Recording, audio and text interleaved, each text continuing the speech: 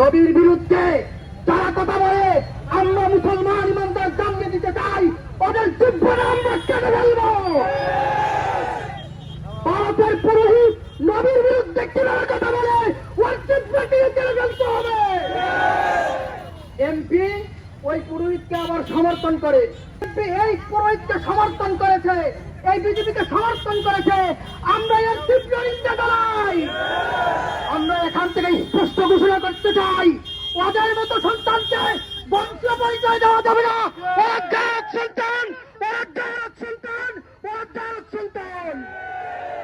আবার স্লোগান তুলতে চাই, বিশ্বনবীর অপমান চলবে না রে মুসলমান, বিশ্বনবীর অপমান চলবে না রে মুসলমান। এ পর্যায়ে সংক্ষিপ্ত বক্তব্য দেওয়ার জন্য অনুরোধ করছি।